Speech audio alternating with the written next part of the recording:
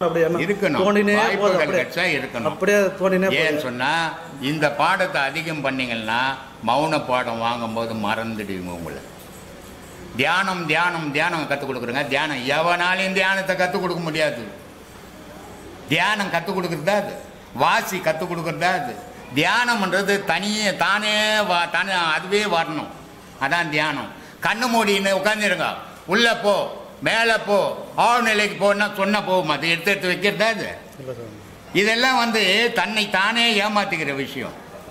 தியானம் என்றது நீ பண்ண பண்ண பண்ண பண்ண பண்ண அந்த உயிர் அடங்க அடங்க அடங்க அடங்க உனக்கு ஆட்டோமேட்டிக்காக உன்னை நீ மறப்ப. என்னால் தான் சொன்னான் பாம்பாட்டி ரொம்ப அழகா.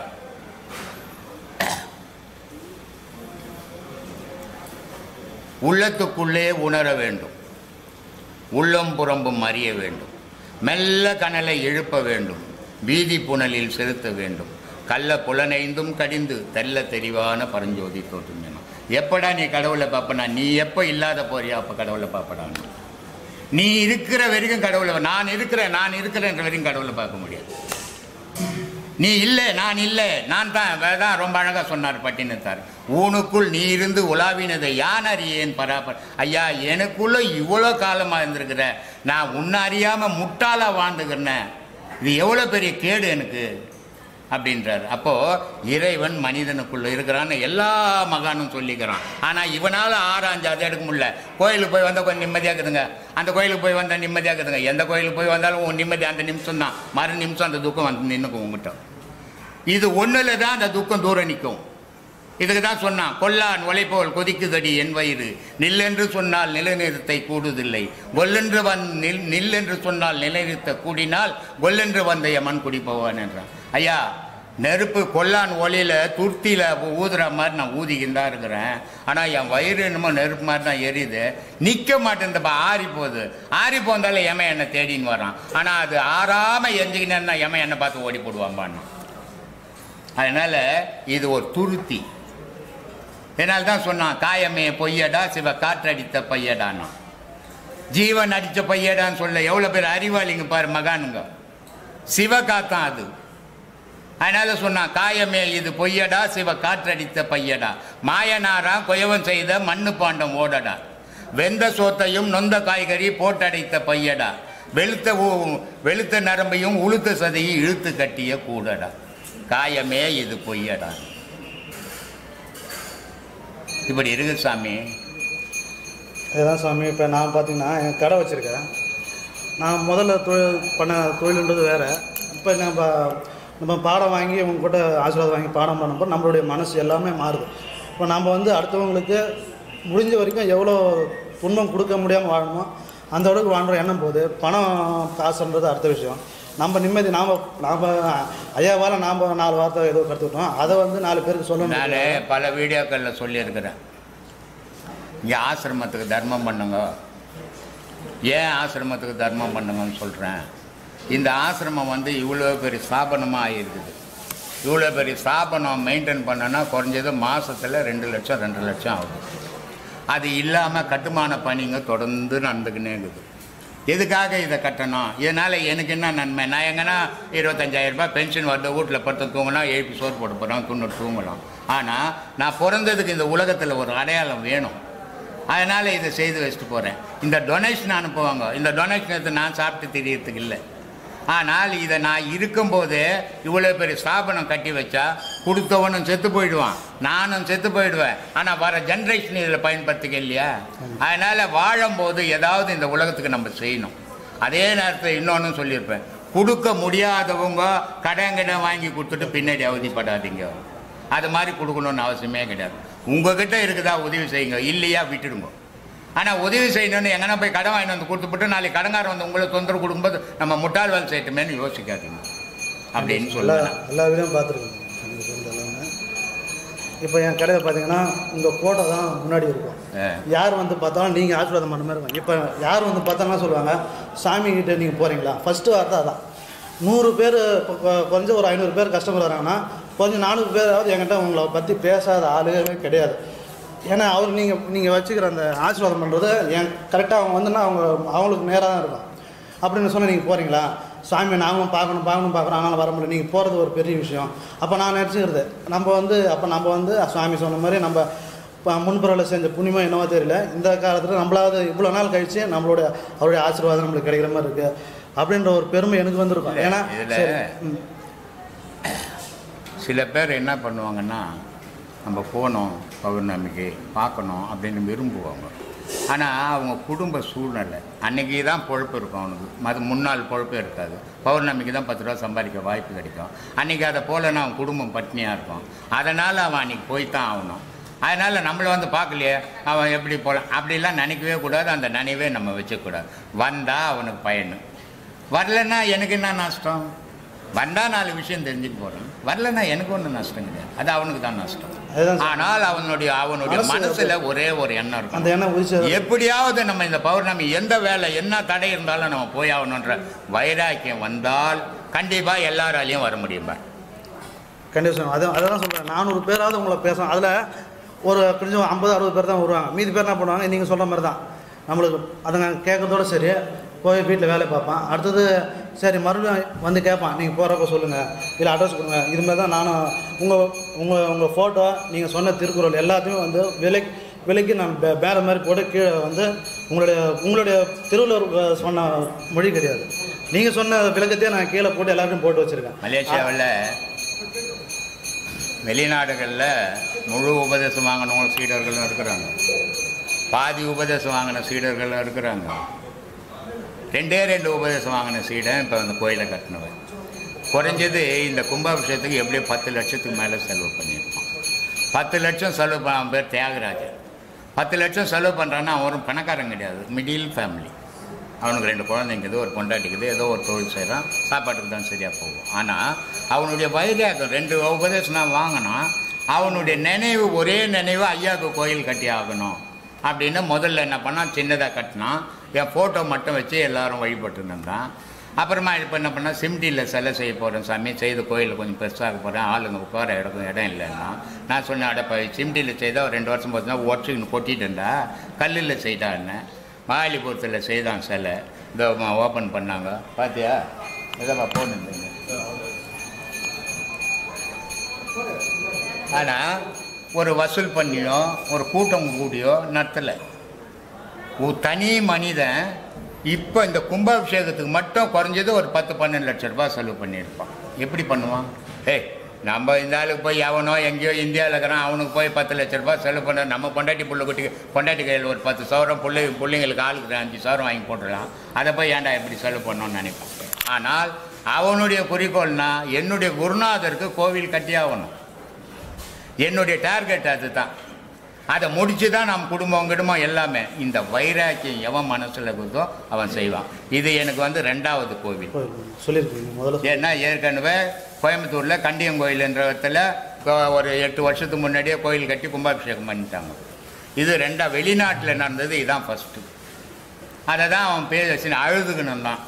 வரவங்கெல்லாம் கேட்குறாங்க, சாமி நாங்கள் சாமியை பார்ப்போமா பார்க்க மாட்டோமா, சூழ்நிலைகள் இப்படி இருக்குது, போக முடியல, சாமி இங்கே வர முடியாமல் போச்சே, வருவாருன்னு எதிர்பார்த்தோம் அப்படின்ட்டு. நான் சொன்னேன், யாரும் எதுவும் அழுவலாம், எந்த ஒரு ஆரம்பத்துக்கும் ஒரு முடிவு உண்டு, அந்த முடிவு நாளுக்கு நான் வருவாங்க அப்படின்ட்டு. அது மாதிரி நம்பிக்கை தான்பா முக்கியம். மனித வாழ்வே நம்பிக்கையில் தானே வாழறோம். பொய்யானதெல்லாம் கூட நம்ம உண்மைன்னு நினச்சிக்கின்னு வாழறோமே, நாளைக்கு செத்து போகிறோம், ஆனால் நான் சாக மாட்டேயான்னு வாழறோம். நம்பிக்கை தான் வாழ்க்கையினுடைய துணையே. அதனால நம்பிக்கையோடு இருங்க, நல்லதே நடக்கும்பா. பத்தியா ஏற்றி 4 ஐயரு சில பத்தியா இப்படி பண்ணிக்கிறான். இங்கே தமிழ்நாட்டில் கூட யாரும் பண்ணதில்லை. தமிழ்நாட்டில் கூட இந்த மாதிரியான ஒரு அபிஷேகம் எனக்கு செய்தது இல்லைப்பா. ஏன் எனக்கு சீடருங்க இங்கே சமாதி கட்டினாங்க, அதில் கூட இப்படி செய்யலை. வெளிநாட்டில் இந்த மாதிரி செய்திருக்காங்க. அப்போது அவனுடைய பக்தி எந்த அளவுக்கு இருக்கும், அப்போது அந்த பக்தி பொய்யாகுமா, சத்தியமாயிடும். அதை தான் சொன்னேன், எவ்வளோ வேதனைப்பட்டு இதை கட்டினியோ 4 மாதம்டா. நான் இன்றைக்கி சொல்கிறேன், என்றைக்குன்னு 4 மாதம் பொறுத்து எவ்வளோ வேதனைப்பட்டு அவ்வளோ சந்தோஷப்பட போகிறா நீ. கண்டிப்பாக சுவாமி. அதனால் வாழ்க்கையில் மனிதனுக்கு முதல்ல நம்பிக்கை வேணும். நம்ம இறைவன் அடைஞ்சாகணும். நம்ம ஒரு குரு அவங்க அண்ணன் இந்தியாவுக்கு வருவார், எத்தனையோ வாட்டி அவர் கூப்பிடுவார், வாடா இந்தியாவுக்கு போய் எல்லா கோயில் ஸ்தலம் சாமியாருங்க இதெல்லாம் போய் வரலாம். நான் வரமாட்டேன், எனக்கு ஒரு நல்ல குரு கிடைச்சா தான் நான் இந்தியாவுக்கு வருவேன் அப்படின்னு என்னுடைய வீடியோ பார்த்துட்டு வந்தான் இல்லையா? அது மாதிரி யார் ஒருத்தருக்கும் மனசில் அந்த நம்பிக்கை ஏற்பட்டு போச்சுன்னா ஒரு நாள் என்னுடைய உருவத்தை அவன் பார்ப்பான். அவன் பார்த்தான்னா கண்டிப்பாக அங்கே வருவான். அதுதான் சுவாமி. இப்போ அதான் கடையில் ஃபுல்லாக உங்களுடைய திருக்குறள் போட்டு உங்களுடைய விளக்கத்தை தான் எழுதி வச்சுருக்கேன். வரவங்க ஃபுல்லாக உங்களை அதான் கேட்பாங்க. சொல்ல அட்ரஸ் சொல்லி சார் எல்லா அட்ரஸ் இருக்குது. ஏற்கனவே வீடியோனாக்கா எல்லா வீடியோலாம் வரமாட்டேங்குது, ஆனால் 1-2 தான் வருதுன்னா நான் அட்ரஸு ஃபோன் நம்பர் எல்லாமே எழுதி கொடுத்து அனுப்புகிறேன். 12 அதுதான் அந்த பத்திரிகை சங்கத்துக்கு அன்றைக்கி சனிக்கிழமை போனப்போ நான் பேசலை, பெரிய பெரிய சாமியாருங்கெல்லாம் அங்கே வந்திருந்தாங்க. அவங்க பேசுகிறாங்க, ஐயா பேசுனாருன்னா உலகமே அதிருது, 12 கோடி ரசிகர்கள் ஒரு அன்னாடம் ஃபாலோ பண்ணுறாங்க வீடியோவில் அப்படின்னு. அது மாதிரி இதெல்லாம் நான் என்ன ஆதியில் நினச்சேன்னா இதெல்லாம் நடக்க போகுது, இப்படிலாம் நம்ம கோயில் கட்டுவாங்க, நம்ம இப்படி ஒரு பெரிய குருவாக இருக்கணும், எதுவுமே கிடையாது. என்னுடைய விதி எதுவும் முடிவு பண்ணிக்கிட்டோ அது நடந்துக்குனுக்குது, அவ்வளோதான். இதில் நான் எதுவுமே முடிவு பண்ண முடியாது. நாளைக்கு நான் இருப்பேன், ராத்திரியை செத்து போயிடுவேன். நாளைக்கு நான் கோடீஸ்வரன் நீ பிச்சைக்காரன் நான் மாறிடுவேன். என்னுடைய விதி எதை முடிவு பண்ணிக்கிட்டோ அதான் என்னுடைய வாழ்க்கை பயணம். ஒவ்வொரு மனிதனுக்கும் அதான் முடிவு. அப்படி சொல்கிறீங்க நீங்கள். ஆனால் எங்களை மாதிரி மக்களுக்கு நீங்கள் எத்தனையோ குரு இருக்காங்க, ஆனால் உங்களை மாதிரி ஒரு குரு எங்களை யாராலும் எங்கேயும் பார்க்க முடியாது. இல்லை, ஒவ்வொரு காலத்திலையும் இறைவன் என்ன பண்ணுறான், இறைவன் நம்ம நம்மளை பெரிய அறிவாளியாக நம்ம நினைக்கிறோம். ஆனால் நம்மளை மாதிரி கோடி மடங்கு அறிவாளி இறைவன். ஆனால் இறைவன் என்ன பண்ணுறான், ஒவ்வொரு காலகட்டத்திலையும் ஒவ்வொரு நல்ல மகான்களை இந்த உலகத்துக்கு அனுப்புகிறான். ஆனால் இந்த மக்கள் கேட்க மாட்டானே. இவன் ஆசையில் மிதக்கிறவனுக்கு உண்மைகள் விளங்காது. ஆசையில் மிதக்கிறவனுக்கு இது கொஞ்சம் கடினமான பயணம். இது யோகம்ன்றது கிட்டே இருக்கணும். அந்த தீபத்தின் மூலயமா ஐயா எப்பவும் வர்றவங்க எல்லாருக்கும் ஆசீர்வாதம் வழங்கணும்ன்றத என்னுடைய ஒரு ஆசையா ஐயா. அது ஆசை மனுஷன் அதுக்குதான் கண்ணதாசன் அவர் பாட்டு, கையளவு உள்ள வைத்து கடலளவு ஆசை வைத்தான் இல்ல. அப்போ உள்ளம் இருக்கிறது என்னமோ ஆற்று இருக்குது என்னமோ இந்த உள்ளங்கை அளவு தான். ஆனா இதுல இருக்கிற ஆசை இந்த உலக அளவு இருக்குது. அது மாதிரி வண்ணாரப்பேட்டையில எத்தனை கிரவுண்ட் ஊடு உண்டு? அந்த அளவு பெருசா வீடு இல்லையா? எவ்வளோடு பண்ணி குடிச்ச மாதிரி வச்சுக்கணும். 3 வலிவு கட்டுன்றிய 3 வலிவு கட்டுறதுன்னு என்கிட்ட சும்மா கட்டி கொடுத்துருவாங்களா? இல்லையா? அதுல ஐயோடைய வாசகம் வாசகெல்லாம் நல்லா தான் இருக்கும், அதெல்லாம் சொல்ல நல்லா இருக்கும். செய்ய முடியுமான்னு பாரு. எப்பவுமே ஒரு மனிதன் நினைக்க வேண்டிய விஷயத்த சொல்றேன், கேட்டு எல்லாருக்குமே சொல்றேன். நம்மளால எது முடியுமோ அதை நினைக்க, முடியாத விஷயத்தெல்லாம் போய் நினைக்க கூடாது. கும்பாபிஷேகத்தை பற்றி சொன்னீங்க. பல ஊருக்கள்ல கும்பாபிஷேகம் நடக்குது. பல இடத்துங்களில் லட்சக்கணக்கு கோடிக்கணக்கு செலவு பண்ணி கூட கும்பாபிஷேகம் பண்றாங்க. ஆனா இப்படி ஒரு கும்பாபிஷேகம் பண்ணிருக்க முடியாது. ஏன் சொல்றேன்னா, ஒரு கும்பாபிஷேகம் நடக்குதுன்னா பல விதமான மக்கள் அங்க ஒண்ணு கூடுறாங்க. ஒண்ணு கூடும்போது ஒவ்வொருத்தருடைய குணங்கள் ஒவ்வொரு மாதிரி.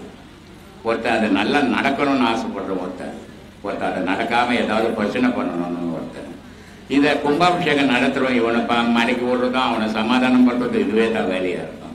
ஆனா இங்க எந்த வேலையுமே கிடையாது. அதுதான் ஐயர் சொன்னாங்க.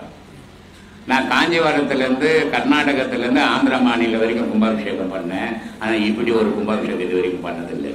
தனிப்பட்ட ஒவ்வொரு மனிதனுக்கும் கூட மோசடி ஏற்படாத அளவுக்கு ரொம்ப நிறைவாக நடந்தது. ஏன் அப்படின்னு சொன்னா, இப்போ நான் உனக்கு ஒரு வேலை விட்டுட்டேன்னு வச்சுக்கோ, அந்த வேலையை நீ செய்துட்டு போகணும். நீ அந்த வேலையை விட்டு போட்டு இன்னொரு வேலையை இப்போ செய்யக்கூடாது. செய்தினா இந்த வேலையும் கட்டுப்படும், அந்த வேலையும் கட்டுப்படும். உண்மையா இல்லையா? அது மாதிரி நான் என்ன பண்ணேன், அவங்கவுங்களுக்கு அந்தந்த வேலையை விட்டு அவங்கவுங்க அந்தந்த வேலையை செய்தாங்க. எந்த மனஸ்தாபமும் எந்த பிரச்சனையும் இல்லாத அழகா முடிஞ்சுது. இந்த ஆட்சி கட்டுறது இதை கட்டுறது ஆசிரமம் கட்டுறதுக்கு இல்லாத ஜனம் நிக்குது, லோல் பண்றாங்க. இவங்களை உட்கார வைக்கிறது வழி சொல்ல ஆட்சியில போய் உட்கார வைக்க போறாங்க இல்லையா? அந்த அந்த அந்த பாதையில போற கற்பனை வாழ்க்கை வாழாத. எப்பவுமே ஒண்ணு சொல்றேன், இந்த சினிமா நடிக்கிறவங்களுக்கு இது ஜாஸ்தி தான்.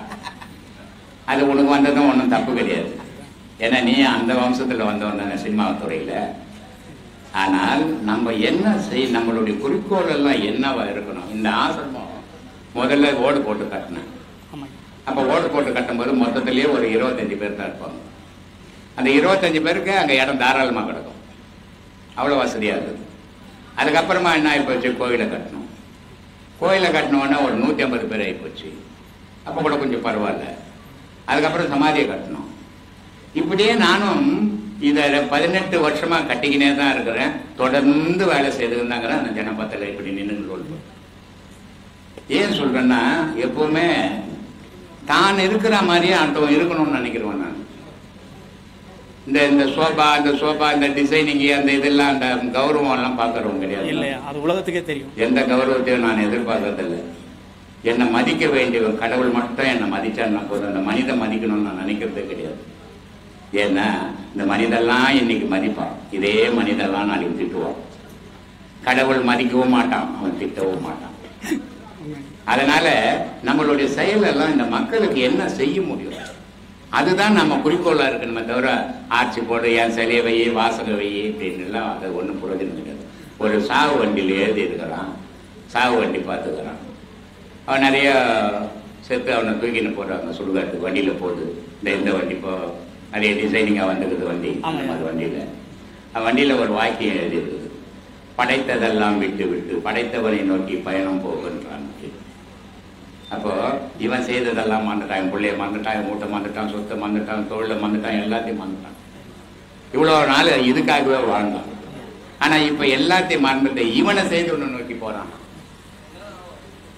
அந்த மாதிரி ஒவ்வொரு மனிதனும் ஒவ்வொரு நாளும் போய் தான் ஆகணும். ஆனா அந்த போறதுக்குள்ள இந்த மக்களுக்கு நம்மளால என்ன செய்ய முடியும் அதை மட்டும் யோசிக்கணுமே தவிர இந்த ஆட்சி கீழ்ச்சி இதெல்லாம் நான் விரும்புறது இல்லை. அது நமக்கு தேவையில்லை. இது இது நான் ஒருத்தன் கேட்டேன். இது எப்படின்றது ஐயா கிட்ட மற்றவங்க சொல்லணும். ஐயா வந்து ஐயாவோட கையால் ஒரு தீபம் இன்னைக்கு வருங்காலங்களில் இது ஏறினன்றது ஐயா என்ன திட்டினா அது ஐயா என்ன சூழ்நிலை சொன்னாங்கன்றது தெரியாது. நான் தனியாக கேட்டது, நீங்களும் ஆமோதித்தால் மட்டுமே ஐயா அதுக்கு உடன்படுவார்ன்றது என்னுடைய கருத்து. யார் ஆமோதிச்சாலும் அதுக்கு நான் உடன்பட மாட்டேன். அவ்வளோ பெரிய முட்டாள் இல்லை நான். ஏன் சொல்றேன்னா, எனக்கு முதல்ல மக்கள் சௌகரியம் தான் எனக்கு முக்கியம், மற்றதெல்லாம் அப்புறம் தான். மக்கள் சந்தோஷமா என்னை தேடி வரோம். எத்தனையோ மைல்ல இருந்து வரோம், எவ்வளவோ துன்பத்துல வரோம், எவ்வளவோ குழப்பத்துல வரோம்.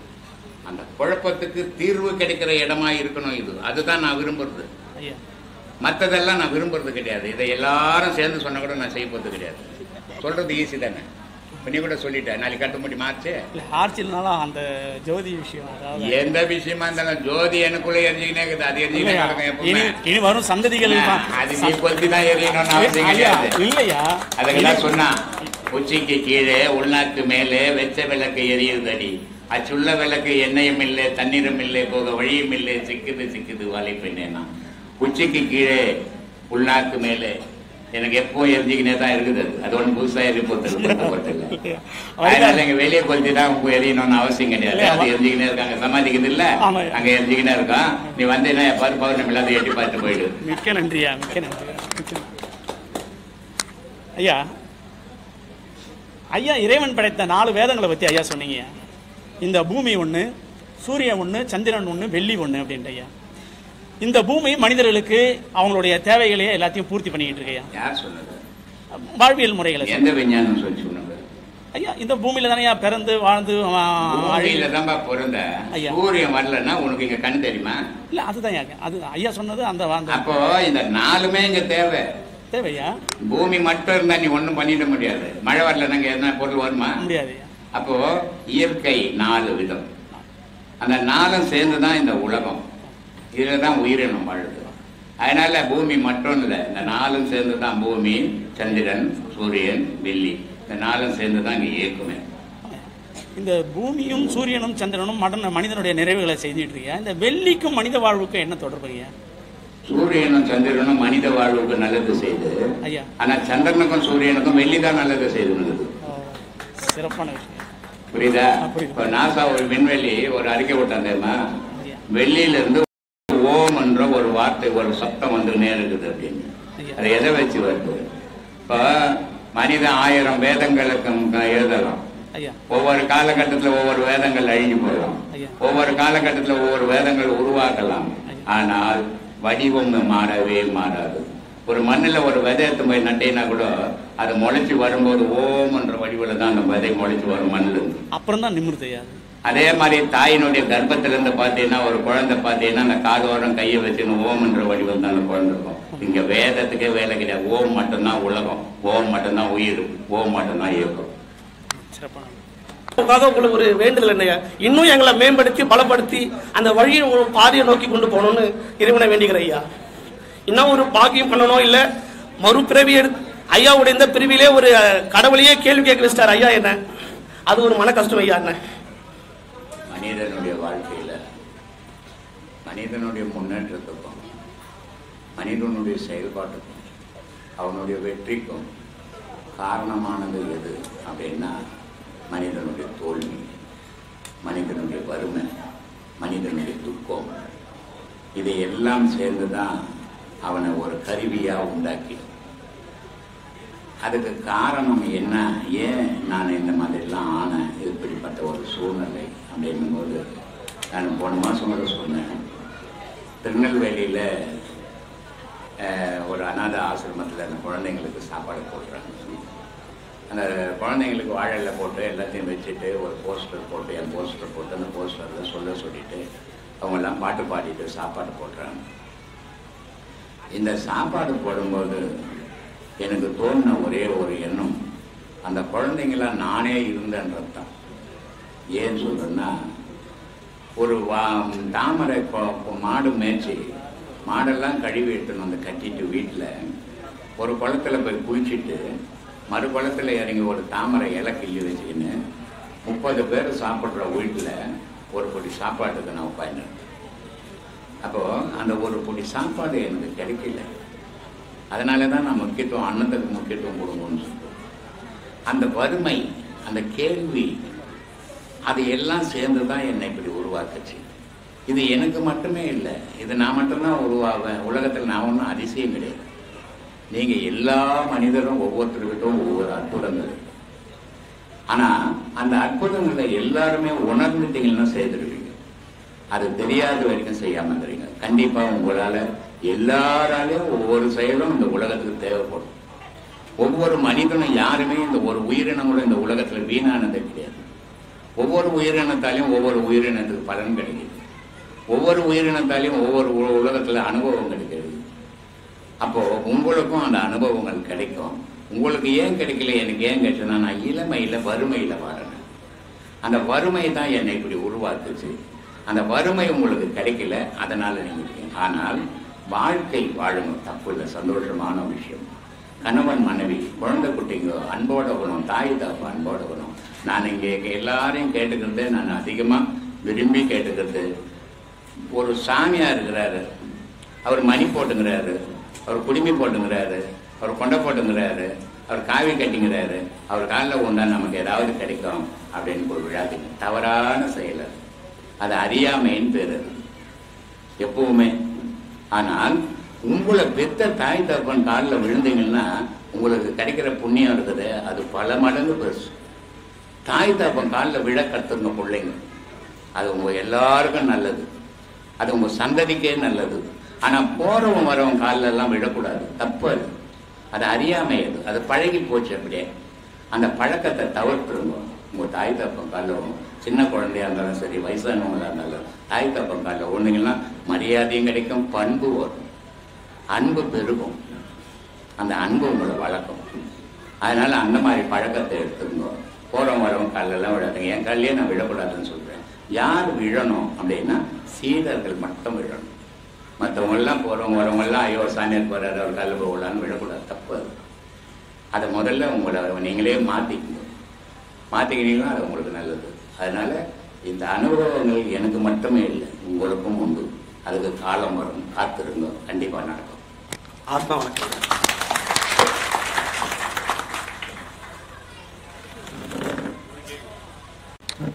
ஆத்மா வணக்கம் சார். நான் ஹைதராபாத்லேருந்து வர்றேன். என் பேர் சதீஷ்குமார். ஹைதராபாத்லேருந்து வரேன் சார். ஹைதராபாத்லேருந்து வரேன். ஹைதராபாத் உங்கள் வீடு நான் 2 வருஷமாக பார்க்குறேன் சாமி. ஒரு சின்ன கேள்வி, இதுக்கு முன்னே சொல்லியிருப்பீங்க, நான் பார்க்கல. தன்னை செஞ்ச பாவ புண்ணியங்கள் தன்னை எப்போ அனுபவிக்கணும் சார்? தன்னை செஞ்ச பாவ புண்ணியங்கள் தன்னை எப்போ அனுபவிக்குவாங்க?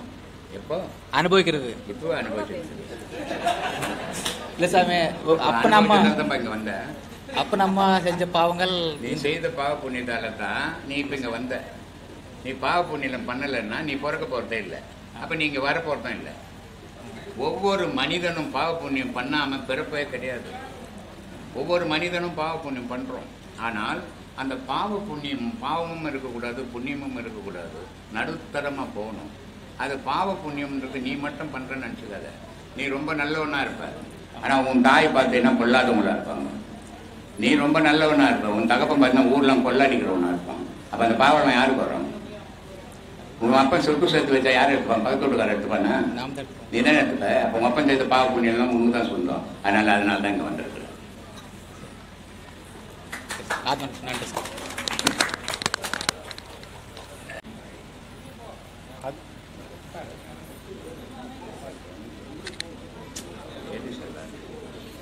ஆத்மா வணக்கம் சாமி. ஐயா, உங்கள் டிவி சேனலில் வந்து ஒரு 6 மாதமாக பார்த்தேன். அதுக்கு முன்னாடி நான் இருப்பேனா வரமானு மருந்து குடிக்கிற ஸ்டேஜெல்லாம் கூட போய் வந்துட்டேன். லாஸ்ட்டில் நீங்கள் தான், ஏன்னா பெத்த தாய் தகப்பனும் அப்பா இல்லை, அம்மா தான் இருக்காங்க. அம்மாவும் புள்ளன்ற பாசம் இல்லாத இது பண்ணுறாங்க. அதனால் அம்மாவையும் வெறுத்துட்டேன். அக்கா தங்கச்சிங்களும் அந்த மாதிரி பண்ணுது, அவங்களையும் விட்டுட்டேன். லாஸ்ட்டில் சரி கட்டின மனைவி பிள்ளைங்க இவங்களால இல்லைன்னா இவங்களும் நம்ம பேச்சுக்கு துரோகம் பண்ணுற மாதிரி நடந்துக்கிறாங்க. வேறு வழியே இல்லைன்னு சொல்லிட்டு ஐயாவுக்கு நாட்டு தான் வந்திருக்கேன். இன்னும் வாழறதா சாவறதானே தெரியாமல் கண்டிஷனில் தான் வந்திருக்கிறேன். உங்கள் அம்மா உன் கூட பிறந்தாங்களா? இல்லை ஐயா. உன் தங்கச்சி உன் கூட பிறந்ததா? தங்கச்சி தான் கூட உன் கூட பிறந்தது. ஒன்றாவை பிறந்தீங்க? ஒரே நல்லா ஒரு வயத்தில் பிறந்தேன். ஒரு வயத்தில் 1000 பிறக்குதுப்பா. பண்ணி கூட 10 வாட்டி குட்டி போடுறது, அது பெரிய விஷயமா? என் தங்கச்சி என் உடன் பிறப்பு உன் கூடவா பிறந்தது? உன் கூட பிறந்தா அது உன்ன மாதிரில இருக்கும். அதனால உன் கூட எல்லாம் பிறக்காது. நீ யாரை நம்பி இந்த பூமியில பிறக்கல. உங்க அம்மா காப்பாத்தல, உங்க அப்பா காப்பாத்தல, இதெல்லாம் வந்து நம்ம கையால் ஆகாதத்தானோ. நீ என்னமா 5 இவ்வளோ எங்க அம்மா அப்பா நினைக்கல, எங்க அப்பா நினைக்கல, 5 வயசு எடுத்துன்னு போய் 4 மாட்டை காட்டியதை பாரு தான் என் 3 பொழப்புன்னு விட்டாங்க. அப்ப நான் யாரை போய் குறை சொல்றது? யாரப்பா குறை சொல்றது? ஆனா 5 வயசுல அந்த 4 மாடை காப்பாற்றி அதுங்களுக்கு தொண்டு செய்து அதுங்களுக்கு ஒழிச்சு அதில் போடுற சாப்பாட்டை சாப்பிட்டு வளர்ந்து இன்னைக்கு இவ்வளவு பெரிய ஆசிரமம் உலகம் ஃபுல்லா இருக்குது. சாதிக்கணும்ன்ற எண்ணம் மனசுல இருக்கணுமே தவிர அக்கா செய்யல, தங்கச்சி செய்யல, அண்ணன் செய்யல, தம்பி செய்யல குறை சொல்லிக்க தெரியக்கூடாது. குறை சொல்ல ஆரம்பிச்சுட்டு நான் உலகம் ஃபுல்லா குறை சொல்லிடுவேன். அதனால அடுத்தவங்களை குறை சொல்றதை நிறுத்திக்கோ. எல்லாருக்குமே சொல்றேன் நான், இன்னொருத்தர் குறை சொல்றதை நிறுத்திங்கோ. தன்னுடைய தவறுகளை திருத்திக்குங்கோ. நம்ம என்ன செய்யறோம், நம்ம என்ன செய்யணும், என்ன செய்ய வந்தோம், அதை யோசிங்க. அக்கா சரியில்லை, அப்பா சரியில்லை, அம்மா சரியில்லை, அவங்கவுங்க நிலைமைக்கு அவங்கவுங்க. நீ உன் நிலைமைக்கு இப்போ நீ வந்து சொல்லிட்ட, இப்போ உங்க அம்மாவை கூப்பிட்டு கேட்டா உன் மேலே இவ்வளவு சொல்லுவாங்க. அப்ப அதை யாருக்கிட்ட போய் கேட்கறது? அதனால அப்படிலாம் குறை சொல்றது, யாரையுமே குறை சொல்லி வாழாதீங்க. நீங்க உங்களுடைய செயல், நான் செய்யறேன், நான் சரியா செய்தேன்னு போவேன், அப்படி போகும். அதுதான் உங்களுக்கு நல்லது. சாமி சொல்லுங்க சாமி. அன்னையும் பிதாவும் முன்னேறி தெய்வம் அப்படின்னு சொல்றோம். ஆமா, அப்படி சொன்னா அப்புறம் எதுக்கு நம்ம கோயிலுக்கு போனோம்? அன்னையும் பிதாவும் முன்னறி தெய்வம். நீ அறிஞ்சது முதல்ல யார? நீ அறிஞ்சது யார சாமி? தெய்வத்தை அறிஞ்ச? அம்மாவை அறிஞ்ச, அப்புறம் அப்பாவை அறிஞ்ச. அதனால நீ அறிஞ்சது முதல்ல அம்மாவும் அப்பாவும்டான்னு சொன்னாங்க. கோயிலுக்கு போகக்கூடாதுன்னு சொல்லலை. ஆனால் அம்மாவும் அப்பாவையும் அறிஞ்ச மாதிரி ஆண்டவனையும் நீ அறியணும், அறிவுள்ளவனான் தான் நாங்கள். அது அவை ரொம்ப அழகாக சொல்லும். இந்த ஊன் உடல் எடுத்தது உத்தமனை உனக்குள் காண்பதற்கு இல்லையா? அதுதான் அன்னையும் பிதாவும் முன்னறி தெய்வம்னு எழுதிச்சு. எந்த அவ்வை அன்னையும் பிதாவும் முன்னறி தெய்வம்னு எழுதிச்சோ அதுதான் சொல்லுது. இந்த ஊன் உடல் எடுத்ததே தெய்வ உத்தமனை உள்ளே காண்பதற்கு. அதனால முன்னதை கண்டதை மட்டும் நீ வச்சுக்கோ, பின்னாடி காண்டதெல்லாம் விட்டுடுன்னு சொல்லலை. அதனால் முன்னாடி தெய்வம் தெய்வமாக நினைக்கணும். ஆனால் தாய் தகப்பனை இப்போ தெய்வமாக நினைக்கிறதா இல்லை, கஷ்டமாக இருக்குது. கடவுளையாவது நினைக்கட்டும். கடவுள்கிட்ட எவன் ஒருத்தன் முழுமையாக ஈடுபடுறானோ அவன் அன்னை பிதாக்கிட்டவும் முழுமையாக ஈடுபடுவான். கடவுள்கிட்ட எப்படி உள்ளன்பு இல்லாமல் உண்மையான அன்பு இல்லாதவன் இருக்கிறானோ அவன் அன்னை தந்தைக்கிட்ட கூட அன்பாக இருக்கணும். ஏன்னா அன்புன்றது விலை கொடுத்து வாங்குற பொருள் இல்லை, நீ உள்ளுக்குள் வந்து ஊறி செலுத்துகிற பொருள். அதை தெய்வத்தாண்ட செலுத்தினீங்கன்னா அதே மாதிரி உன் தாய் தகப்பனாண்டியும் செலுத்துவேன். ஆனால் தெய்வத்தாண்டியும் இல்லை, அதனால் உன் தாய் தகப்பனாண்டியும் இல்லை. ஆனால் நாளைக்கு நீ தாய் தகப்பன ஆக போகிற, அதை யோசிக்க மாட்டேன்ற. நாளைக்கு உன் குழந்தைங்கள உன்னை நடுரோட்டில் விட போகுது, அதை கொஞ்சம் ஒரு குழந்தை கூட யோசிக்காமல் தாய் தகப்பனுக்கு சோறு போட மாட்டேற, உதைக்கிற அடிக்கிற. ஆனால் உன்னை உதைக்க போகிற குழந்தைக்கு ஊட்டிக்கின்னு உட்காந்துன்னு இருக்கிற. இது சிந்திச்சு பார்த்தீங்கன்னா தெரியும். அதனால் சிந்திச்சு தாய் தகப்பனுக்கு யாராக இருந்தாலும் சரி, முதல்ல கட்டின மனைவி அவசியம். அதுக்கு தான் சொல்லிக்கிறான், தாய்க்கு பின் தாரம்னா. அப்போ முதலிடம் யாருக்கு கொடுக்கணும்னா தாய்க்கு கொடுக்கணுன்டான்னுக்கிறான். அதே தாய்க்கு ஸ்தானத்தை மனைவிக்கு அடுத்தபடியாக மனைவிக்கு கொடுக்கணுன்டான்னா. ஆனால் இப்போ என்ன பண்ணிட்டான், தாயை தூக்கின்னு போய் நடுரோட்டில் விட்டுட்டான், மனைவி தூக்கி தலையில் வச்சுன்னு ஊரெலாம் சுற்றின்னு வந்துன்னுக்குறான். இது இல்லை அன்பு, இது பயம். அன்புன்றது ஒன்றும் இல்லை சாமி. ஒரு சின்ன விஷயம் சொல்கிறேன்.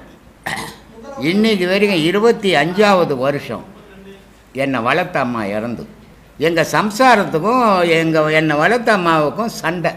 நான் பர்னிஷிங்கில் இருக்கிறப்போ சைக்கிளில் வருவேன் சாப்பாட்டுக்கு. மத்தியானம் வரும்போது ஒரு மஞ்சா பை வச்சுக்கின்னு எங்கள் அம்மா வீட்டு இரவானத்தில் உட்காந்துன்னுக்குறாங்க. சைக்கிளில் ஸ்டாண்டு போட்டு பார்த்தேன், ஏதோ பிரச்சனை ஆகிருக்குதுன்னு தெரிஞ்சுக்கணும். ஏன்னா பை வச்சுன்னு உட்காந்துங்கிறாங்க. அப்போ ஏதோ பிரச்சனை ஆகிருக்குது. அது ஒரு 8 வீடு இருக்கிற வாசல். அது அந்த வாசலில் எல்லாரும் வீட்டு பொம்பளைங்களும் வாசப்படியில் கட்டிக்கின்னு பார்த்துன்னுக்குறாங்க. என்னத்துக்கு பார்க்குறாங்க? பெரிய பூகம்பம் நடக்க போகுது இன்றைக்கி இந்த வாசலில். நாலு வந்தான்னா ஒரே அடி தடியில் தான் ஆக போகுது அப்படின்னு எல்லா வீட்டு பொம்பளைங்களும் ரொம்ப ஆர்வமாக பார்த்துன்னுக்குறாங்க. நான் என்ன பண்ணேன், பார்த்தேன், பை வச்சுக்கின்னு அம்மா உட்காந்துங்கிறாங்க. ஆஹா, ஏதோ பிரச்சனை நடந்து போச்சு. என்னம்மா பிரச்சனை, ஏம்மா பை வச்சுக்கணும், உன் பொண்டாட்டி சொன்னா இப்படி சொன்னா அப்படி சொன்னான்னு சொன்ன உடனே நான் என்ன பண்ணுவேன், போய் பொண்டாட்டி தப்பா அழுத்தி பீல் 2 போடுவேன். பொண்டாட்டி என்ன பண்ணுவேன், உன் அம்மா அத்தை சொன்னா இப்படி சொன்னான்னுவா. அவங்க அம்மாவை திட்டுவேன். 2 பேருக்கிட்டும் கெட்டவனா போடுவேன் கட்சியில். இல்லை நான் என்ன பண்ணேன், எங்கம்மா போகிறேன், என்ன என் தம்பி வீட்டுக்கு போகிறேன், போயிட்டு வாம்மான்னு.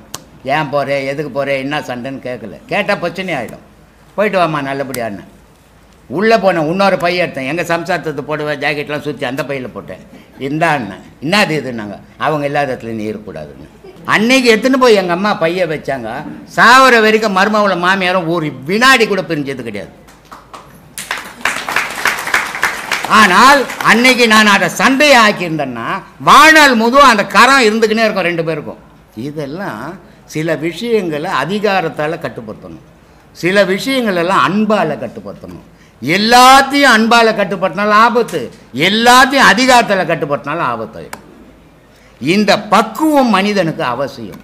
இன்னைக்கு வரைக்கும் இந்த 25 வருஷமாக எங்கள் மாமியார் அப்படின்ட்டு புடவை ஜாக்கெட்டு வடை பாயசம் சாப்பாடு அந்த இதுக்கு ஒரு 60-70 பேருக்கு சாப்பாடு போட்டுங்கிறாங்க. இதில் நான் தலையத்தில் என்ன ஒரே ஒரு விஷயம் நான் பண்ணுறதுனா, வீட்டில் சாமி கும்பிட்டாலும் எதிலையும் நான் கலந்துக்க மாட்டேன். கூப்பிட்டு சாப்பாடு போட்டால் சாப்பிடுவேன். ஆனால் இந்த ஒரு நாள் மட்டும் நானே உட்காந்து பூஜை பண்ணுவேன், என்னை வளர்த்த அம்மாக்கோசம். ஆனால் என்னை பெத்த அம்மாவுக்கு இது வரைக்கும் நான் எதையுமே செய்ததில்லை. இது வரைக்கும் அவங்க தான் அதை பண்ணி நான் அந்த செலவு பண்ணிக்கிறாங்க. வருஷம் குடியரசு அன்னைக்கு 26 ஜனவரி 26 அன்னைக்கு. அப்போது மாமியார் மேலே மருமவளுக்கு எப்படி இருக்கணும் பற்று. மாமியாராக நினைக்கக்கூடாது. நம்ம ஒரு தாயை விட்டு பிரிஞ்சு இங்கே வந்திருக்கிறோம் இல்லையா? அந்த தாய்க்கு புள்ள இருக்கிறா, மாமியாராக இருக்கிறாங்க நம்ம அம்மா. அப்போது அந்த நம்ம அண்ணனுக்கோ தம்பிக்கோ வந்த பொண்டாட்டி எப்படி இருக்கணும்? நம்ம அம்மாவை மாமியாராக பார்க்காத அம்மாவை அவங்க பார்க்கணும். நம்ம வந்த வீட்டில் நம்ம மாமியாரை நம்மளை தாயாக பார்த்துக்கணும். இந்த மனப்பக்குவம் வந்துச்சுன்னா எந்த மாமியாருக்கும் மருமகளுக்கும் சண்டையே வராது சாமி. இது வரணும், இப்படி உருவாக்கிக்கணும். நீ ஒன்று என்கிட்ட சொல்கிறது, பொண்டாட்டி ஒன்று குச்சுன்னு என்கிட்ட சொல்கிறது, நான் விட்டு கட்டி எடுத்து போய் போடுறது, அப்புறம் அது பெரிய பூகமாகுது, வாழ்க்கையே செதஞ்சு போகுது. இது தேவையா? இதுக்காகவா கல்யாணம் பண்ணீங்க? இதெல்லாம் ஆராய்ஞ்சு யோசித்து வாழணும். மனிதன் 6 அறிவுன்னு சொல்கிறோம். 6 அறிவுக்கு ஏற்ற மாதிரி நம்மளுடைய செயல்பாடுகள் இருக்கணும். இல்லைன்னு சொன்ன பிரயோஜனம் இல்லை. 6 அறிவுன்னு புலிவு இருக்கிறோன்னு அர்த்தம். மனிதனுக்கு பற்று பாசம் இருக்கணும், பற்று இருக்கக்கூடாது. பற்று இருந்ததுன்னா நீ ஒட்டிப்ப, அதில் பாசம் இருந்ததுன்னா போட்டுட்டு தூரம் வந்துடுவேன். அதனால் ஆன்மீகத்தில் போகிறவங்க அத்தனை பேருக்கும் பாசத்தை வைங்க, பற்ற வைக்காதீங்க. பற்ற வச்சிங்கன்னா நீங்கள் ஆன்மீகத்தில் பயணம் பண்ண முடியாது. நம்ம எதிர் வீட்டில் அண்ணாண்ட வீட்டிலலாம் ரயில்வேல வேலை செய்கிறோங்க.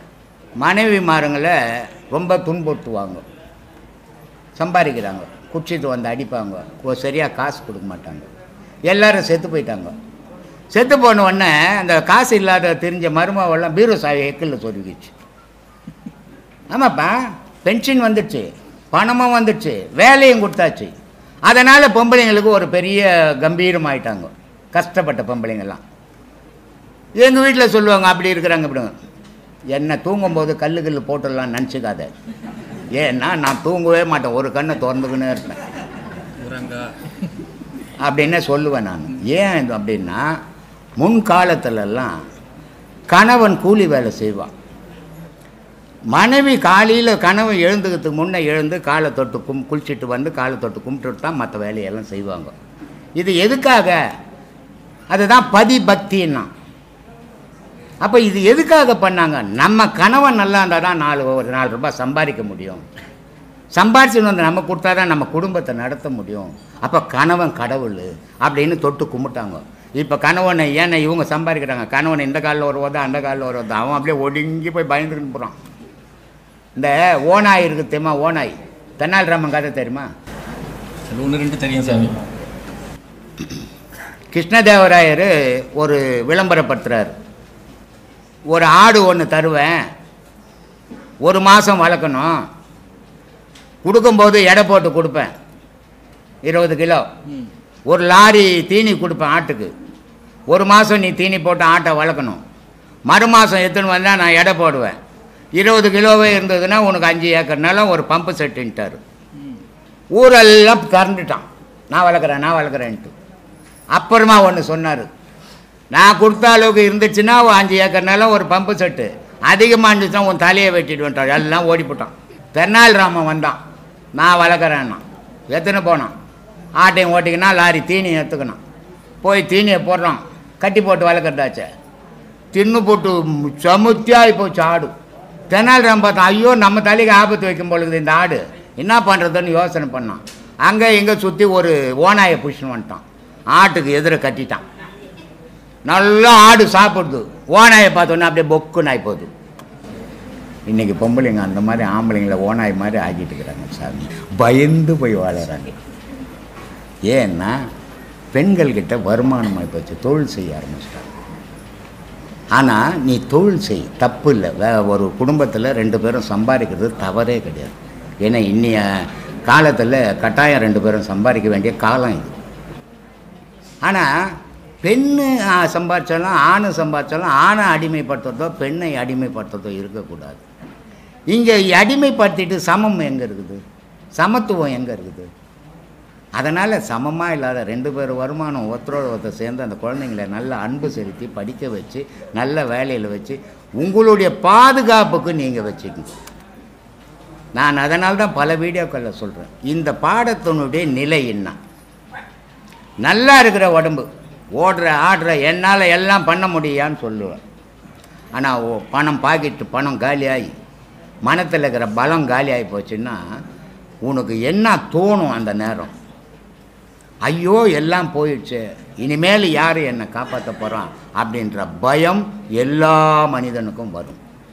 ஆனால் இந்த பாடத்தில் வந்தவனுக்கு பிள்ளை வெறுத்தாலும் பொண்ணு வெறுத்தாலும் பேரம் வெறுத்தாலும் புருஷனே வெறுத்தாலும் பொண்டாட்டியை வெறுத்தாலும் யார் வேணா கடவுள்கிறான்ற தைரியம் வரும். இந்த பாடத்தினுடைய வலிமையே அதான். அதனால தான் எல்லாரும் இதை பின்பற்றுங்க. நீ பெரிய மகானாவாத, பெரிய கடவுளாவாத, மனிதனா தைரியமாக இந்த சமுதாயத்தில் வாழணும்னா இந்த பாடம் அவசியம். அதனால தான் சாமி இவ்வளோ கத்தின்னுக்கிறேன். இப்போ ஒரு குடும்பத்தில் ஒரு பிரச்சனை அப்படின்னா மிக நேர்த்தியாக நீங்கள் கையாள விதத்தை வந்து சொன்னீங்க. இதே போல் நம்ம கையாளணும் அப்படின்னா இந்த குடும்பத்தில் உள்ள பிரச்சனைக்கு தீர்வு காணணும்னா நமக்கு ஒரு பக்குவ நிலை வேணும். அந்த பக்குவ நிலை அடையணும்னா நம்ம என்ன செய்யணும்? பக்குவம் தான் சாமி பெரியவங்க கிட்ட பழகணும். பெரியவங்க கிட்ட பழகிறதுக்கும் ஒரு மனிதன் தன்னை விட சின்ன வயசில் பழகிறதுக்கும் வித்தியாசம் இருக்குது. பெரியவங்க கிட்ட பழகினீன்னா ஒரு குடும்பத்துக்குள்ளே சண்டை வந்தால் நீ சொல்லாமல் இருக்க முடியாது அந்த பெரியவங்களாண்ட. அப்போ அந்த பெரியவங்க ஒரு நல்ல அனுபவத்தில் ஒரு ஐடியா கொடுப்பாங்க. மனைவிக்கும் அம்மாக்கும் சண்டையா, இப்படி போனி அப்படின்வாங்க. மனைவிக்கும் உனக்கும் சண்டையா, 2 நாள் நீ பொறுத்துன்னு போயேன்னுவாங்க. இது பெரியவங்க சொல்கிற வார்த்தை. ஆனால் உன்னை விட எளிமையானவங்ககிட்ட சேர்ந்து இந்த விஷயத்தை சொல், ஏய் நீ ஏன்டா அவளுக்கு அடிமையாகிற, போடா விட்டுட்டவள அப்படின்னுடுவோம். அப்போது உன்னுடைய பழக்க வழக்கங்கள் உன்னை விட மூத்தவங்க கிட்ட பண்ண ஆரம்பிச்சின்னா அனுபவங்கள் உனக்கு தானாக கிடைக்கும். ஆனால் உன்னை விட இளமையானவங்ககிட்ட பழக ஆரம்பிச்சுன்னா உனக்கு உங்ககிட்ட இருக்கிற அனுபவம் கூட இழந்து. நான் வாழ்க்கையை பற்றியே சொல்லியிருக்கிறேன். வாழ்க்கையில் தோல்வி அடைகிறோம் அறிவாளி ஆகிடுவான், வெற்றி அடைகிறோம் முட்டாள் ஆகிடுவான்னு சொல்லியிருக்கிறேன். ஏன்னா ஒரு வாழ்க்கை பயணத்தில் அவன் வெற்றி அடைஞ்சிட்டான்னா அவன் அடுத்த ஸ்டெப்பு வைக்க மாட்டான், அடுத்ததை யோசிக்க மாட்டான், அங்கேயே நின்றுடுவான். வாழ்க்கையில் தோல்வி அடையிறான், அதை இன்னும் எப்படி சாதிக்கணும், எப்படி போனால் வெற்றி அடைகிறோம், அவன் தொடர்ந்து அவன் அறிவு வளர்ந்துக்கினே போகும். அதே மாதிரி ஞானத்தில் நான் அடிக்கடி சொல்லிக்கிறேன், இந்த சின்ன சின்ன விஷயத்துக்கெல்லாம் என்கிட்ட ஃபோன் பண்ணி கேட்காதீங்க, இது இன்னமும் ஒரு பெருசாக ஆக்கினீங்களா நீங்கள் அங்கேயே நின்றுடுவீங்க, இது இல்லை இது இல்லை, இந்த நான் தேடுறது இது இல்லைன்ட்டு போங்க. அப்போ நீ எதுன்னு தெரியும் போது நீ என்கிட்ட கேள்வி கேட்க மாட்டேன். சும்மானா எனக்கு ஒன்றுக்கு வரல, சும்மானா எனக்கு உடம்பு சூடேறி போச்சு, பின் சூடேறதான் செய்யும், யோகத்துக்கு வந்தால் சூடேறதான் செய்யும். அதுக்கு இதுக்கு வராமல் வீட்டில் இருக்கிற மாதிரியே இருந்துன்னுக்கலாம். யோகம்ன்றது மாறுபட்டது, கடவுளை தேடுறது நீ வாழ்கிற வாழ்க்கையிலிருந்து மாறுபட்ட வாழ்க்கை தானே. இதுக்கு சும்மானா குரு கிட்ட போன் பையனால தான் குருமார்கள் என்ன பண்ணா இந்த சிக்கல் எல்லாம் நமக்கு வேணான்னு எவனுக்கு உபதேசம் கொடுக்காம வாழ்ந்துட்டு போனான். இவனுக்கு உபதேசம் கொடுத்த உடனே இவன் பெரிய மகான் ஆயிட்ட மாதிரி சின்ன சின்ன விஷயத்தெல்லாம் குரு ராத்திரி 12 மணிக்கெல்லாம் போன் பண்ணி கேட்டுக்கிறான். அதுக்கு காரணம் என்ன, இப்படி எவன் கேட்கறானோ முன்னேற முடியாது. ஏதோ நடக்குது, குரு சொன்னாரு நான் தேடுறது இது இல்லை இது இல்லைன்னு போனான்னா முன்னேறுவான். அப்போ எது அவனா ஆவறானோ அதுதான் நான் தேடினதுன்னு தெரியும். அது வேற பாவம் இவன் வேற பாவம் இருக்கிற வரைக்கும் இது இல்லை இது இல்லைன்னு போய்கினே இருக்கணும். அதனாலதான் மாணிக்கவாசகர் ரொம்ப அழகா சொன்னார், நான் எதை தேடினேனோ இன்று நான் அதுவாக ஆனேன் அப்படின்னார். அவர் இளமையில எத்த தேடினாரோ இன்னைக்கு அவரே அது ஆயிரு நிற்கிறாராம். அப்போ மனிதனுடைய வாழ்வும் ஞானியினுடைய வாழ்வுக்கும் வித்தியாசம் இருக்குது. ஞானியினுடைய வாழ்வு உலகத்துல அடையாள பொருளா இருந்துக்குனே நிஜ பொருளை தேடுவான். ஆனா அஞ்ஞானி உலகத்துல அடையாள பொருளா இருந்துக்குனே அடையாள மற்ற பொருளையே தேடிக்கின்னு இருப்பான். இதான் அஞ்ஞானம் ஞானம். அப்போ ஞானத்துல போறவனுக்கு சும்மானா இப்ப கூட ஒருத்தர் வந்தாரு, இவரு என் கால் நோவுதுன்ட்டு. அவருக்கு எப்படி கால் நோவுது தெரியுது? இப்ப தூக்கத்துல ஒண்ணும் தெரியலன்னு அவரு கால் நோவுது தெரியுது. அப்ப என்ன அர்த்தம்? அவரு ஒன்னும் பண்ணல, அவருக்கு மனமெல்லாம் கால் மேலேயே இருக்குது. அவர் ஒன்னும் அந்த ஞான பார்த்த கிட்ட கூட போலன்னு தெரிஞ்சு போகுது. இதுதான் வித்தியாசம். ஏன்னா ஞானத்துல போனவனுக்கு கால் நோவுதா கை நோவுதா பாம்பு மேல போதா தெரியாது. அவன் தன் நிலையை மறந்து போயிட்டுவான். அவன் தான் ஞான பாதையில சரியா போறான்னு அர்த்தம். சின்ன சின்ன விஷயத்துக்கெல்லாம் குரு கிட்ட போய் ஒரு கம்ப்ளைண்ட் பண்ணிக்கிட்டு இருந்தாக்கா அவருக்கு முடியலன்னு அர்த்தம். இது அவரே ப்ரூவ் பண்ற மாதிரி ஆயிடும். ஒரு குரு கிட்ட எதையுமே சொல்லக்கூடாது. எப்ப சொல்லணும்? ஒண்ணு செத்து போகும்போது சொல்லணும், இல்ல ஞானத்தை அடையும் போது சொல்லணும். அவன் தான் நல்ல சீடன். டெய்லி வந்து ஒரு ரிப்போர்ட் பண்றான்னா பாவம் அவனால முடியலன்னு. நான் அதனால தான் சில பேர் செய்யாதீங்கப்பா அப்படின்ட்டு, முடியாத ஏன் செய்றீங்கன்ட்டு. அதனால ஞானம்ன்றது ரொம்ப கடினமானது. அதுக்கு மன ஒடுக்கம் வராத ஞானத்தை அடைய முடியாது. அதனால மன ஒடுக்கம் அவசியம். உலக வாழ்க்கையில வாழ்ந்துக்கினே அதை அடையணும். அதுதான் சொல்றது ஞானத்துல இந்த மாதிரி பாதையில வந்து இருவிதமான வாழ்க்கை. ஒரு வகை இகத்திலையும் வாழணும், ஒரு வகை பரத்திலையும் வாழணும். இப்ப எல்லாரும் ஞானி நான்ட்டு இக வாழ்க்கையை விட்டுட்டு பர வாழ்க்கைக்கு மட்டும் போயிடுவான், இல்ல பர வாழ்க்கையை விட்டுட்டு இக வாழ்க்கையில மட்டும் வாழ்வான். நம்ம பயணம் அப்படி இல்லை, ரெண்டுலயும் வாழணும் நீ அப்படின்னு அதுக்கு தான் சொல்றது. அதை வாழ கத்துக்கணும். எத்தனையோ கோடி உயிர்கள் இருக்கு, சரி. ஆனால் மனுஷனை மட்டும்தான் ஞானத்தை அடைன்னு எல்லாரும் போதிக்கிறாங்க. சரி. அப்போ இந்த உலகம் யாருக்காக படைக்கப்பட்டது? மனுஷனுக்காக மட்டும்தான் படைக்கப்பட்டது. எல்லா உயிரினங்களுக்காகவும் படைக்கப்பட்டது. எல்லா உயிரினங்களும் இல்லைன்னா நீ இருக்க மாட்டேன், மனுஷனா இருக்க மாட்டான். ஒரு மரம் செடி கொடி இந்த பூமியில இல்லைன்னு வச்சுக்கோ, நீ வாழவே முடியாது. ஒரு மிருகங்கள் பல உயிர்கள் இங்க இல்லைன்னா நீயும் வாழ முடியாது. எல்லா உயிர்களும் அதனுடைய செயல்களை இந்த உலகத்துக்காக செய்துக்கிட்டாங்க. நீ நினைச்சுக்காத நம்ம மட்டும்தான் செய்துக்கிறோம், நம்ம தான் பெரிய அற்புதம் பண்ணிட்டு. ஒரு காகம்ன்ற ஒரு பொருள் இல்லைன்னா ஆக்சிஜன் ஒரு பொருள் இங்க வராது. இப்படி ஒவ்வொரு உயிரினமும் இந்த உலகத்துக்காக அதுவும் தானும் வாழது, தன்னுடைய கடமையும் செய்யுது. அதே மாதிரி மனிதனும் தானும் வாழறான், தன்னுடைய கடமையும் செய்யறான். ஆனா மற்ற ஜீவராசிக்கும் இதுக்கும் என்னன்னா, மனுஷனுக்கும் வித்தியாசம் என்னன்னா, மற்ற ஜீவராசிகள் சுயநலம் இல்லாத கடமையை செய்யுது, மனுஷன் சுயநலத்தோட கடமையை செய்யறான். அவ்வளவுதான் வித்தியாசம். காரணம் என்ன? எதை செய்தாலும் அதுக்கு ஒரு விலை வச்சிருக்கிறோம், அது எதை செய்தாலும் ஒரு விலை கிடையாது. அப்ப சுயநலமற்று வாழ உலகத்துக்கு தொண்டு செய்தது. மனுஷன் சுயநலத்தோடு தொண்டு செய்யறான். நான் ஏற்கனவே ஒரு வீடியோவில் சொன்னேன், உலகத்துல உள்ள அத்தனை ஜீவராசிகளும் குனிஞ்சு நடக்கும், மனிதன் மட்டும்தான் உலகத்துல நிமிர்ந்து நடப்பான் அப்படின்னு. காரணம் ஏன் அப்படின்னு சொல்லியிருப்பேன். எல்லா ஜீவராசிகள்லயும் இறைவனுடைய சாயல் இருக்குது, இயக்கம் இருக்குது. ஆனால் மனிதனில் இறைவனே இருக்கிறான்.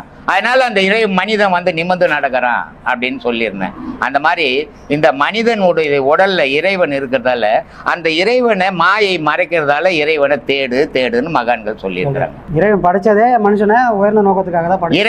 இறைவனை அடையிறதுக்காக படைச்சதுதான் மனித படைப்பு.